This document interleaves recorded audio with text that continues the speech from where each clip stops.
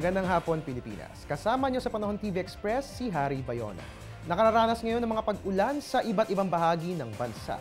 Ayon sa Thunderstorm Advisory No. 11 ng Pag-asa, kasalukuyang nararanasan ng thunderstorm sa ilang bahagi ng Tarlac, Nueva Ecija, Pampanga, Zambales, Bataan, Bulacan, Cavite, Laguna, Batangas, Quezon, Rizal at dito naman sa atin sa Metro Manila, patuloy ang pagbuhos ng ulan sa Pasay, Parañaque, Muntinlupa, Las Piñas at Taguig.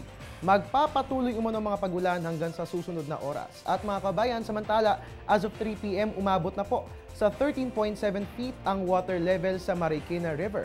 Ayon po yan sa MMDA Flood Control. Kapag umabot sa 15 feet ang tubig sa Marikina River, madedeklarang nasa critical level na ang nasabing ilog. Sa mga kababayan natin dyan sa Marikina, patuloy po nating bantayan ang lagay ng ating panahon at makapag-ugnayan sa inyong lokal na pamahalaan. Sa iba pang balita, suspendido na rin po ang klase ngayong 4 p.m. in all levels sa lahat ng public school sa lungsod ng Maynila.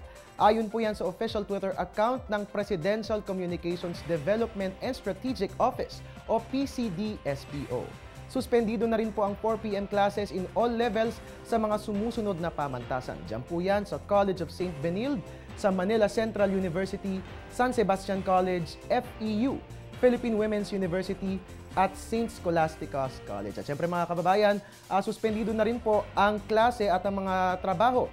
Diyan po yan sa mga sumusunod na pamantasan. Diyan po yan sa PUP, Adamson University, Philippine Women's University, De La Salle University, UE, Philippine College of Criminology at UP Manila.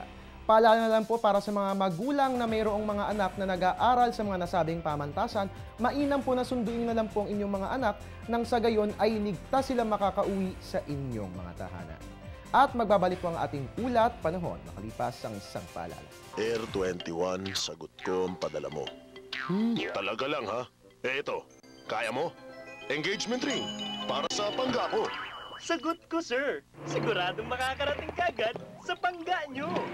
Ay, pangga ko! Talaga, ha? Ito, kaya mo? Ha? Sagot ko, sir. Kahit ano, kahit paano. Air 21, sagot ko ang padala mo. At mga kababayan, isynchronize po natin ang ating mga orasan sa Philippine Standard Time. Ngayon nga po ay 4:37 na ng hapon. At yan po muna ang latest mula rito sa Pag-asa DOST. Antabayan na ng susunod na ulat ni April Enerio. Mamaya po yan sa News at 6 at tutok lang. Ito lang yan sa Panahon TV Express, kung saan walang pinipiling panahon ang pagbibigay impormasyon. Ako po inyong weatherman, Harry Bayona. Diyos maray na hapon sa inyo, The Boss.